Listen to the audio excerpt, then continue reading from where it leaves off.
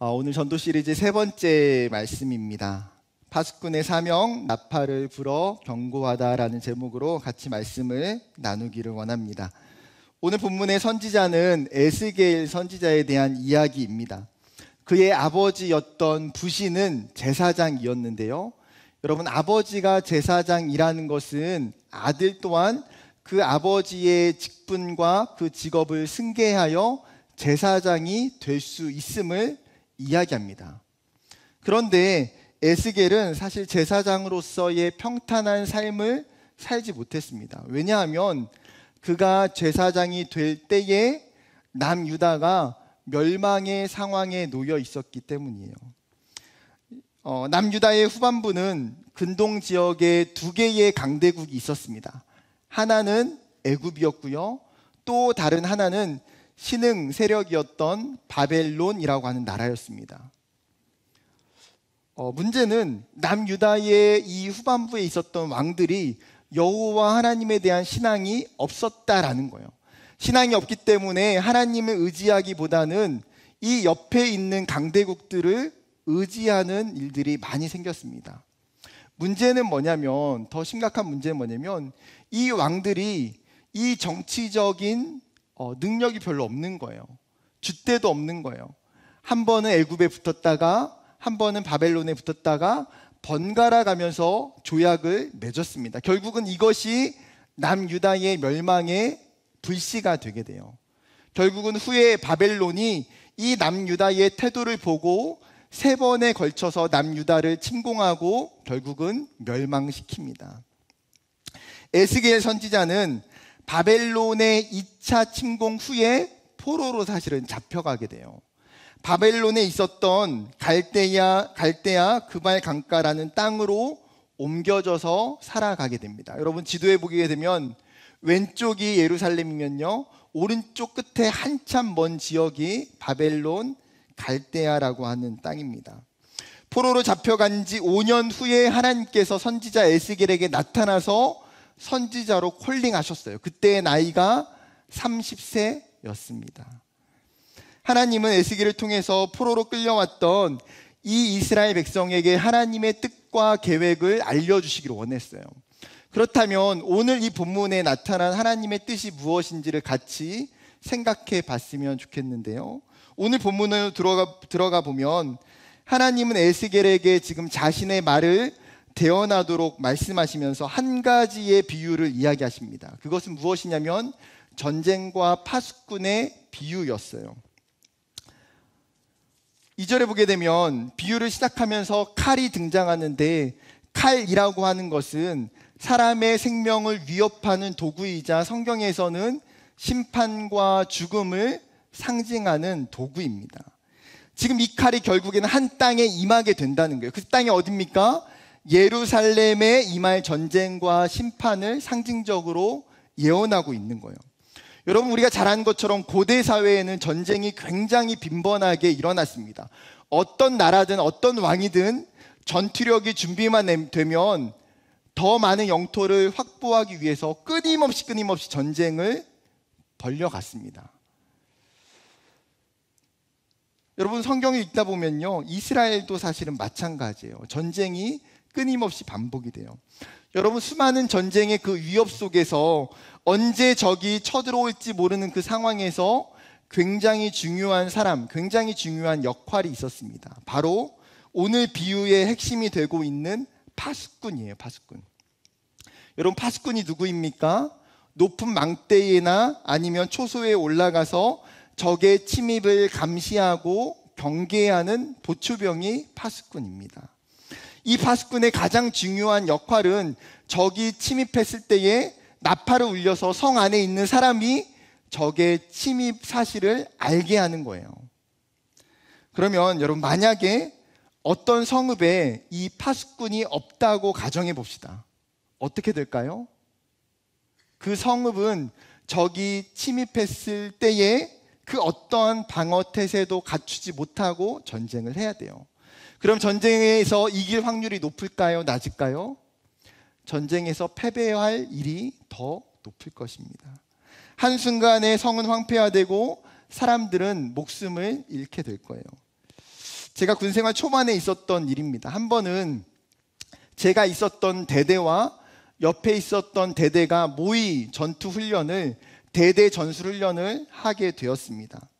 그 대대 전술 훈련에서 저희 분대 10명의 분대원들이 굉장히 특별한 임무를 부여받게 됐습니다. 그 대대에서 뭐였냐면, 적이 이동하는 그 경로에 서서 적이 오는 것을 미리 보고하는 역할이었어요. 그래서 저희 분대원 10명이 같이 산에 올라가서 땅을 파고 숨을 곳을, 자리를 만들고 경계를 서서 지키기 시작했습니다. 분명하게 그 근처로 지나간다는 정보를 알고 있었기 때문에 계속 경계를 서고 있었어요. 근데 밤이 한참이 지나가는데도 아무도 안 지나가는 거예요. 그래서 12시가 지나갈 즈음부터는 두 명씩 나눠서 보초를 쓰기로 했습니다. 나머지는 잠을 자고요. 그런데 한참의 시간이 지나서 거의 새벽이 다 끝나고 아침이 될 무렵에 탕탕탕탕 하는 소리가 들리는 거예요. 여기서 탕탕탕탕 하는 소리는 입으로 내는 소리입니다. 입으로 내는 소리. 그러니까 눈을 떠서 보니까 수많은 사람들이 저희를 보고 총을 겨누고 있는 거예요. 총을 겨누고 탕탕탕탕 이렇게 하는 거예요. 여러분, 저희가 얼마나 놀랐겠습니까? 이유인 즉슨 보초를 서고 있었던 그 두 명이 다 졸고 있었던 거예요. 낙엽에 다 숨어가지고 저희가 은폐 하고 있었거든요. 그럼에도 불구하고 정말 운이 나쁘게 지나가다가 저희를 보고 발견을 한 것이죠. 사실은 그로 말미암아서 대대 훈련에서 저희 때문에 이 대대 전술 평가가 굉장히 마이너스가 됐어요. 부대에 들어가서 어떻게 됐을까요? 저희 중대장님한테 엄청 깨졌습니다. 엄청 깨졌어요. 왜요? 저희가 경계를 사실은 잘 섰다면 그 대대 전술 훈련에서 굉장히 좋은 점수를 얻을 수 있었기 때문이에요. 파수꾼의 역할, 그 부초병의 역할이 얼마나 중요한지를 개인적으로 경험했던 사건입니다. 여러분, 파수꾼이라는 것은 어떤 면에서 보면 별로 중요하지 않게 보일 수도 있어요. 그러나 어떤 면에서는 전쟁의 성패를 좌우하는 중요한 키를 가지고 있는 사람일 수도 있습니다. 에스겔에게 나타나서 뭐라고 말씀하세요? 내가 너를 이스라엘 족속의 파수꾼으로 세웠다라고 말씀하세요. 7절 말씀입니다. 인자야, 내가 너를 이스라엘 족속의 파수꾼으로 삼음이 이와 같으니라. 그런즉 너는 내 입의 말을 듣고 나를 대신하여 그들에게 경고할지어다. 여러분, 한번 생각을 해봅시다. 지금 에스겔이 예루살렘에 있다면 모를까, 지금 어디에 있습니까? 바벨론의 포로로 붙잡혀 있어요. 여러분, 포로에게 파수꾼이 필요할까요? 여러분, 포로로 잡혀있는 사람들에게는 파수꾼이 아무 의미가 사실은 없습니다. 그런데 하나님은 에스겔에게 지금 이스라엘 족속의 파수꾼으로 삼았다는 거예요. 여러분, 어떤 파수꾼입니까? 영적인 파수꾼을 의미하는 거예요. 영적인 파수꾼. 지금 남유다에게 다가오고 있는 이 칼은 여러분, 바벨론이 아니에요. 남유다에게 다가오고 있는 칼은 사실상 여호와의 칼이에요. 남유다가 여호와를 떠나서 우상을 숭배하고 그들이 수많은 죄악을 지음으로 말미암아 하나님의 심판이 그들에게 다가오고 있는 칼이었어요. 그 심판의 칼이 예루살렘 가까이 다가오고 있음에도 불구하고 그 칼이 오고 있음을 알릴 수 있는 파수꾼이 지금 예루살렘에 없다는 거예요. 여러분, 파수꾼이 없으면, 파수꾼이 경계를 서지 않으면 그 나라는 망할 수밖에 없고 위협에 처할 수밖에 없어요. 파수꾼이 없는 공동체는 죄에 빠질 수밖에 없고 심판받을 수밖에 없어요. 하나님은 지금 그런 이스라엘을 그냥 내버려 두시지 않겠다는 거예요. 그러한 이스라엘을 위해서 내가 지금 너 에스겔을 파수꾼으로 내가 불렀고 세웠다는 거예요. 심지어 어디에서요? 바벨론의 포로의 그 상황 속에서. 여러분, 그렇다면 우리가 살고 있는 이 시대는 어떻습니까? 이스라엘과 마찬가지 아닌가요? 하나님을 섬기지 않고 우상과 죄악이 관영한 시대를 살아가요. 하나님의 칼이 어쩌면 우리의 이 시대 가운데에 우리의 삶을 향하여서 임박해 오고 있는 상황 아닐까요? 이스라엘에게 그 심판의 칼은 포로로 끌려가는 것이었고, 죽임을 당하는 것이었고, 멸시와 고통을 받는 것이었어요. 여러분, 그렇다면 우리의 시대 가운데에 우리에게 임한 심판의 칼은 어떤 칼입니까? 영원한 죽음이고 지옥의 형벌이며 영원한 하나님과의 분리이자 영원한 절망이에요. 지금 그 심판의 칼이 오고 있다는 거예요.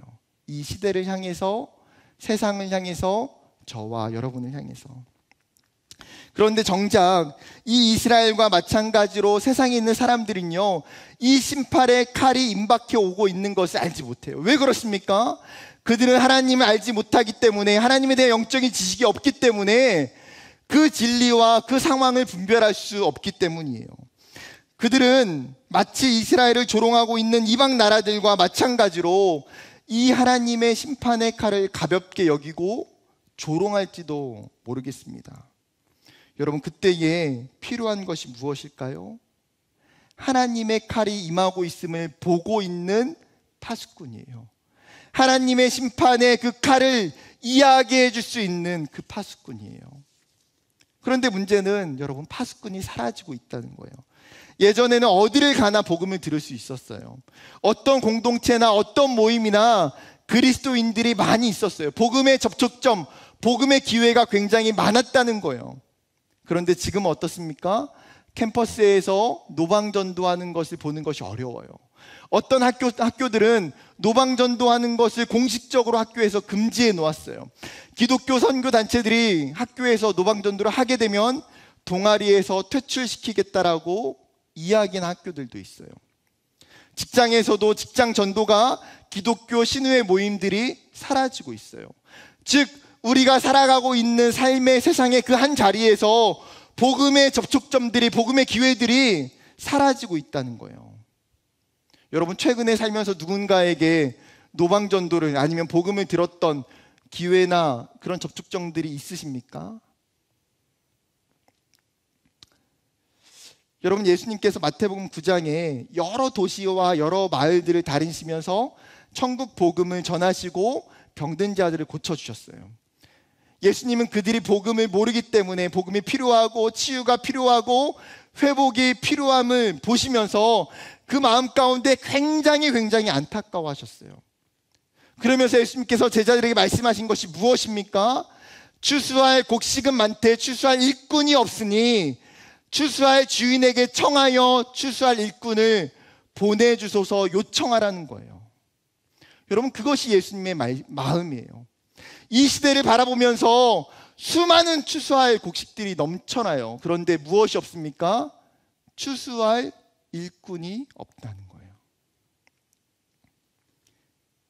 예수님이 동일하게 우리가 살고 있는 이 땅에, 이 시대 가운데 이 말씀을 하시지 않을까요? 예수님의 초점이 어디에 있어요? 파수꾼을 세우는 것, 파수꾼을 찾는 것이 예수님의 가장 중요한 일이셨어요. 왜요? 사람을 세워야지 하나님의 일이 그 다음에 이루어지기 때문이에요. 추수할 일꾼이 있어야지 추수할 곡식을 뵐 수 있기 때문이에요. 하나님이 이사야를 콜링하시면서 이사야 선지자에게 하나님이 물으시는 것이 무엇입니까? 내가 누구를 보내며 누가 나를 위하여 갈꼬? 그때의 이사야 선지자가 그 하나님의 질문에 대해서 뭐라고 대답합니까? 주님, 제가 여기 있습니다. 주님, 저를 보내주세요.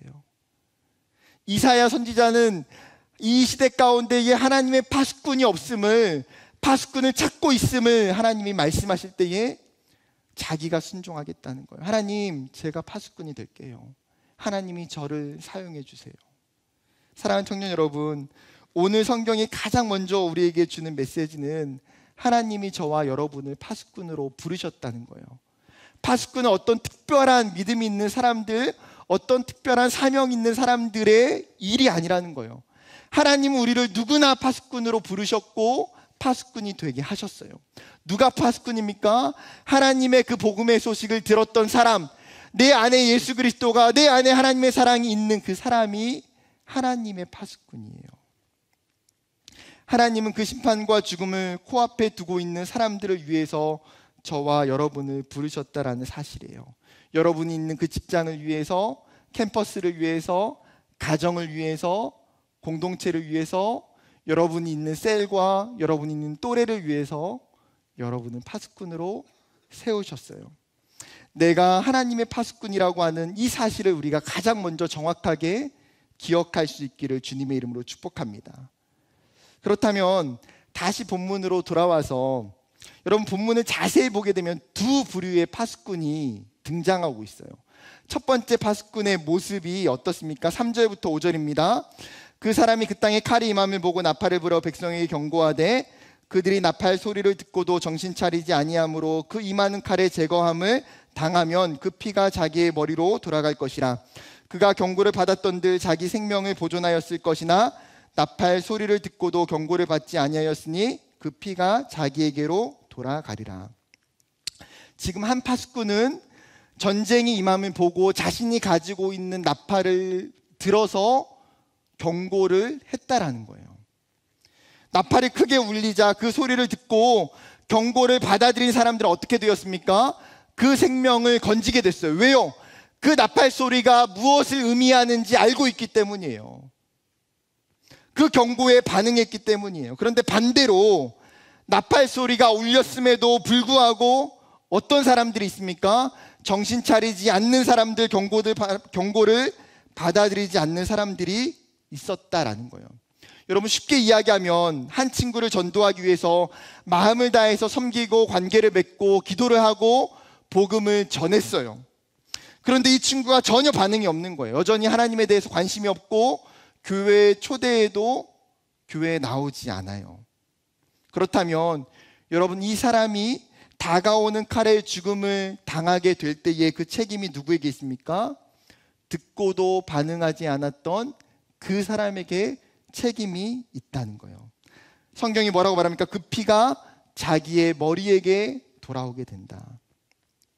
여러분, 성경이 우리에게 분명하게 보여주는 것이 뭐예요? 나팔을 불어서 경고한다고 해서 모든 사람이 복음을 듣고 모든 사람이 복음에 반응하는 것이 아니라는 거예요.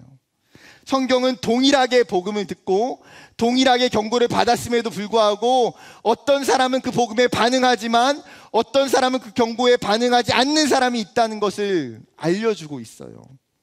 여러분, 우리는 이것을 정확히 기억해야 될 필요가 있어요. 왜냐하면 여러분, 우리가 복음을 전하고 전도하면서 종종 넘어지는 포인트가 어디에 있습니까? 내가 전도하지 말아야지라고 생각하는 때가 언제예요? 그때가 언제입니까? 내가 용기를 내서 누군가에게 복음을 전하고 교회를 가자고 요청을 했는데 전도 대상자의 반응이 부정적일 때 그래요. 분명 복음을 전했는데 마음이 너무나 완강한 거예요. 분명히 오랜 기간 동안 관계를 잘 맺고 기도하며 준비했는데도 아무런 반응이 없는 거예요. 그럴 때 어떤 마음이 들기 쉽나요? 하나님, 열심히 기도하고 열심히 준비하고 열심히 전도해도 하나님 왜 변화가 생기지 않죠? 하나님, 전도를 해도 아무 소용이 없는 건가요? 우리는 전도의 열매가 없을 때에 낙심하고 그 다음에 전도하기를 포기해요. 그런데 성경이 오늘 우리에게 말하는 것이 무엇입니까? 전도의 결과는 둘 다 가능하다는 거예요. 복음을 듣고 어떤 사람은 즉각적으로 반응할 수도 있고 복음을 듣고도 어떤 사람은 절대로 반응하지 않을 수도 있다는 거예요. 중요한 것은 무엇입니까? 여러분, 파수꾼은 자신의 역할을 100%다 했다는 거예요. 열매가 있어야 전도가 100% 되는 게 아니에요. 그 사람을 교회로 데려와야지만이 100% 전도한 게 아니에요. 이미 여러분이 기도를 하고 누군가에게 하나님에 대해서 이야기하고 누군가에게 교회로 초대했다면, 이미 그 사람에게 여러분이 나팔을 불어 경고했다면 이미 여러분은 100% 복음을 전한 거예요. 전도 축제 기간 동안 어떤 사람들은 믿지 않는 친구에게 연락하고 같이 교회에 오자고 이야기한 사람이 있을 수 있어요. 어떤 리더들은 세런들에게 연락하고 기도하고 그들을 초대한 리더들도 있을 거예요. 여러분, 이미 여러분은 전도를 했어요. 이미 여러분들은 파수꾼의 100%의 역할을 감당한 거예요. 한 사람이 복음을 듣고 결신하기까지는 여러분 수많은 사람들이 그 한 영혼에게 복음을 전해야 돼요. 그 한 영혼에게 씨앗이 뿌려지고 나서 수많은 사람들이 또 복음을 전하고 또 복음을 전함으로 말미암아 그 씨앗이 계속해서 자라날 그때까지 물을 주고 돌봐야지만이 씨앗이 자라고 잎이 돋아나고 열매가 맺어지는 거예요. 프랭크 제너는 호주 시드니의 그 조지가에서 40년 동안 전도지 한 장 그리고 단 3마디만으로 복음을 전했어요. 실례합니다. 선생님 구원받으셨습니까? 당신이 만약에 오늘 밤에 죽는다면 구원받을 수 있으십니까? 이게 그가 이야기한 전부예요. 그가 단 한 번도 자신이 전도하면서 내가 당신을 통해서 예수를 영접하게 됐다는 이야기를 한 번도 듣지 못했어요. 여러분 그것도 기적 아닙니까? 40년 동안 전도했는데 한 명도 전도를 못해. 그게 기적이에요 사실은. 근데 본인은 내가 한 명도 전도하지 못했다고 낙담하고 있을 그때에 하나님의 놀라운 소식을 듣게 돼요. 한 목회자를 통해서 알게 된 사실은 무려 14만 6천 명이 그 프랭크 제너라는 사람을 통해서 복음을 듣게 되고 예수님을 믿게 되었다는 사실이에요. 여러분 눈에 보이는 결과가 전부가 아니에요. 우리가 담대해야 되는 것은 무엇입니까? 우리가 순종할 때에 하나님이 일하신다는 거예요. 우리가 복음을 전할 때에 그 영혼이 언젠가 구원받고 하나님께 돌아오게 된다는 거예요. 우리에게 필요한 건 무엇입니까? 충성스러운 파수꾼이 되어 나팔을 부는 것입니다. 다시 성경으로 돌아와서 6절을 보면 첫 번째 부류와 다른 두 번째 파수꾼이 나와요. 6절에 이렇게 이야기합니다. 그러나 칼이 임함을 파수꾼이 보고도 나팔을 불지 아니하여 백성에게 경고하지 아니하므로 그 중에 한 사람이 그 임하는 칼에 제거당하면 그는 자기 죄악으로 말미암아 제거되려니와 그 죄는 내가 파수꾼의 손에서 찾으리라. 이 파수꾼도 칼이 전쟁이 심판이 임하는 것을 첫 번째 파수꾼과 동일하게 보고 직감하고 알고 있었어요. 그러나 그의 행동은 전혀 달랐습니다. 어떻습니까? 그가 적이 침입함을 알고도 나팔을 불지 아니하였다라고 이야기하는 거예요. 사람들에게 경고하지 않은 거예요. 곧 일어날 심판을 알았지만 안 알려줘요. 그러면 어떻게 됩니까? 성 안에 있는 사람들이 죽게 된다라는 것이죠. 그러면 죽었을 때 그 책임이 누구에게 있냐라는 거예요. 성경은 뭐라고 말합니까? 파수꾼의 손에서 찾겠다라고 말씀하세요. 그 책임이 다른 사람에게 있는 것이 아니라 경고하지 않은 파수꾼 너에게 그 책임을 내가 묻겠다라고 하나님이 물으시는 거예요. 왜 그렇습니까? 당시 고대의 중동 지역에는 동해보복법 혹은 탈리오 법칙이라는 것이 있었어요. 이것은 피해자가 입은 그 피해 정도를 그 피해를 끼친 가해자에게 똑같이 보복하겠다는 법칙이에요. 레위기 24장에 보게 되면 사람을 죽인 자는 똑같이 그 생명으로 죽이게 되고 짐승을 죽인 자는 그 사람의 짐승을 죽이게 되고 상처에는 상처로 눈에는 눈으로 이는 이로 갚는다라고 하는 법칙과 동일한 거예요. 즉 그 사람이 죽게 된 것은 파수꾼이 자신의 역할을 감당하지 않았기 때문에 그 책임이 동일하게 누구에게도 있다는 거예요? 파수꾼에게도 있다라는 거예요. 여러분 하나님이 이 두 번째 파수꾼의 모습을 통해서 우리에게 가르쳐주고 싶은 것이 있어요. 그것은 우리가 너무나 쉽게 놓치고 살아가는 중요한 문제예요. 바로 침묵이에요. 침묵. 나팔을 불지 않는 것, 그것이 죄라고 성경은 이야기해요. 우리는 살아가면서 침묵이 죄라고 생각하지 않아요. 아니 그 사람이 하나님을 모르는 것, 그 사람이 하나님을 믿지 않는 것, 그 사람의 마음이 믿음이 신앙이 없어서 그러고 그 사람의 교회를 안 간 거 때문 아닌가요? 맞아요. 틀린 말은 아니에요. 그런데 그 사람이 하나님을 믿게 하기 위해서 우리가 해야 할 중요한 역할이 있다는 거예요. 그 역할을 하지 않는 것, 바로 파수꾼이 나팔을 불지 않는 그 침묵이 하나님은 동일하게 죄라고 말씀하고 계세요. 여러분 이것이 결코 가벼운 죄입니까? 아니요. 가볍지 않아요. 왜요? 그로 말미암아 그 사람의 생명이 죽임을 당했기 때문에, 나의 침묵으로 누군가 죽게 될 수도 있기 때문에.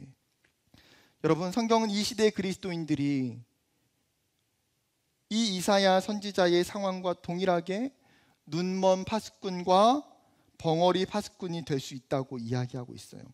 여러분, 우리가 하나님이 주신 그 사명을 잊어버리면, 우리가 그 사명을 감당하지 않으면 우리도 동일하게 여러분 말 못하는 파수꾼의 한 사람이지 않을까요? 여러분, 나의 침묵으로 누군가 죽는 사람이 있다면, 내가 말하지 않음으로 말미암아 누군가 구원받지 못하고 지옥에 간다면, 여러분 과연 그 침묵이 괜찮은 것입니까? 사랑하는 여러분, 사실은 복음을 전하는 것이 쉬운 일이 아니에요. 그렇기 때문에 우리가 침묵하는 것이 당연한 모습처럼 보여질 때가 있어요. 그런데 여러분, 우리가 가지고 있는 그 복음의 나팔을 꺼내 들어야 돼요. 한국교회 청년들이 다시 복음의 나팔을 불어야 돼요. 왜냐하면 내 가족과 내 친구와 내 이웃을 살릴 사람이 이제는 나밖에 없어요. 과거의 한국교회처럼 교회의 이미지나 교회의 마케팅이나 개인적인 필요에 의해서 더 이상 교회에 자발적으로 찾아오지 않아요. 이제는 그런 시대는 종결되었어요. 이제는 복음의 나팔이 분명히 선포될 때에만이 반응하는 시대를 우리는 살아가고 있다는 거예요. 우리가 침묵을 깨고 나팔을 선포할 때에 여러분, 우리의 공동체와 우리의 삶을 통해서 수많은 사람들이 하나님께 돌아오게 될 줄 믿습니다. 그렇다면 마지막으로 한 걸음 더 나아가서 파수꾼의 역할이 무엇입니까? 여러분, 오늘 본문을 읽을 때 가장 많이 나오는 단어가 뭐예요? 오늘 본문의 핵심 단어가 뭘까요? 경고예요. 경고. 여러분, 에스겔이 경고하고자 했던, 아니 하나님의 에스겔을 통해서 경고하고자 했던 그 메시지가 무엇입니까? 10절과 11절 말씀이에요. 그런즉 인자야, 너는 이스라엘 족속에게 이르기를, 너희가 말하여 이르되 우리의 허물과 죄로 이미 우리에게 있어 우리로 그 가운데에서 쇠퇴하게 하니 어찌 능히 살리요 하거니와, 너는 그들에게 말하라. 주 여호와의 말씀이니라. 나의 삶을 두고 맹세하노니 나는 악인이 죽는 것을 기뻐하지 아니하고 악인이 그의 길에서 돌이켜 떠나 사는 것을 기뻐하노라. 이스라엘 족속아, 돌이키고 돌이키라. 너희 악한 길에서 떠나라. 어찌 죽고자 하느냐 하셨다 하라. 여러분, 이 에스겔 선지자가 말하고 있는 이 경고는 하나님이 이걸 전하고 싶은 거예요. 경고의 메시지가 무엇입니까? 나는 악인들이 그냥 죽는 것을 원하지 않는다는 거예요. 그 악인들이 그 나팔의 경고를 듣고 그 복음을 듣고 그 하나님이 누구신지 깨닫고 나서 다시 이스라엘 백성들이 돌아와서 그들의 생명이 사는 것, 이 시대 가운데 죽어가는 수많은 영혼들이 하나님을 만나고 그 복음을 듣고 나서 그 생명을 건진받는 것, 그것이 여러분 경고예요. 여러분, 단순히 너가 예수 믿지 않기 때문에 죽는다, 너가 구원받지 못한다라는 경고가 아니라 너가 반드시 살아야 된다는 거예요. 너가 반드시 예수를 믿어야 된다는 거예요. 너가 나중에 정말 나와 함께 천국에 가야 된다는 거예요. 여러분, 그 경고를 우리는 해야 돼요. 그 죽음 가운데에 살게 된 유일한 방법이 어디 있어요? 여러분, 예수 그리스도와 하나님밖에 없어요. 우리가 정말 이 심판의 칼에서, 이 죽음의 칼에서 피할 수 있는 방법은 예수 그리스도 외에는 아무것도 없어요. 여러분, 그 방법을 저와 여러분 알고 있잖아요. 여러분, 그 방법을 믿지 않는 사람들에게 가르쳐 주시길 원합니다. 한 가지 이야기를 나누고 말씀을 마치려고 해요. 한 청년의 이야기인데요, 제가 전에 섬기던 교회에서 전도폭발 엑스이라는 전도 훈련을 담당했어요. 매 학기마다 20명에서 30명의 청년들이 12주의 과정을 가지고 전도 훈련을 받아요. 12주 동안 복음이 무엇인지에 대해서 듣고 그 복음의 내용을 전부 다 외워서 10명의 사람에게 복음을 전하고 실습하는 것이 수료의 과정이에요. 한 청년이 자신의 아버지에게 복음을 전하기 위해서 이 훈련에 신청했어요. 훈련 중반 때쯤 되었을 때에 복음에 대해서 본인이 외우기 시작하고 나서 본인이 마음을 정하고 아버지에게 복음을 전해야겠다라고 결심하고 계획을 세웠어요. 그리고 주말에 집에 내려가려고 기다리고 있는데 그 주에 아버지가 갑자기 돌아가셨어요. 장례식에 참석하기 위해서 부산에 갔는데 제가 다른 때와 비교되지 않는 정말 마음이 너무너무 무겁고 너무너무 아팠어요. 여러분, 이 청년의 마음이 어땠을까요? 하나님에 대한 원망, 도저히 이해할 수 없는 상황, 복음을 전하지 못하고 아버지가 돌아가셨다는 후회. 여러분, 그 누구도 이 청년의 그 아픔과 상처를 이해할 수는 없을 거예요. 저도 이해를 못하겠어요. 장례식이 마치고 연락이 왔어요. 목사님, 제가 마음이 너무나 힘들어서 도저히 전도 훈련을 받을 수 없을 것 같아요. 목사님, 훈련을 그만 두어야겠어요. 아마 저라도 똑같이 했을 것 같아요. 아니, 하나님 너무하시지. 하나님, 복음을 전할 수 있는 기회라도 주셨으면 얼마나 좋았을까. 그러면 이 청년의 마음이 그래도 덜 아프고 그 상처가 조금이라도 적지 않았을까라는 생각이 참 많이 들었어요. 이 청년에게 말할 수 없는 고통과 아픔의 시간들이 찾아왔어요. 자신의 삶을 도저히 이해할 수 없는 시간들. 그런데 제가 이 청년을 정말 대단하게 생각하는 게 무엇이냐면, 본인이 아버지를 떠나보내고 나서 신앙적으로 영적으로 너무너무 힘든 시간들을 보냈거든요. 그런데 1년이 지나고 나서 다시 전도훈련에 본인이 신청했어요. 그리고 그 학기에 전도훈련 12주를 다 마치고 전도를 다 수료했어요. 여러분, 이 청년에게 있어서 가장 큰 상처와 아픔이 전도예요. 그럼에도 불구하고 왜 전도훈련에 들어왔을까요? 내가 전도하지 않으면 복음을 듣지 못하고 사랑하는 사람이 떠날 수 있다는 것을 누구보다 더 깊이 경험했기 때문이에요. 복음을 전하지 못한 것에 후회하는 일이 없도록 반드시 내가 복음을 전할 수 있는 그 방법과 그 능력이 필요하다는 것을 본인이 깊이 깨달았기 때문이에요. 사랑하는 여러분, 내 가족과 내 친구와 내 이웃에게, 내 세론에게 복음을 전해야 돼요. 사랑하는 사람이 우리의 곁에 있을 때에 우리가 복음의 나팔을 불어서 정말 그 영혼 한 사람 한 사람들을 구원할 수 있는 정말 파수꾼이 되기를 주님의 이름으로 간절히 축복합니다.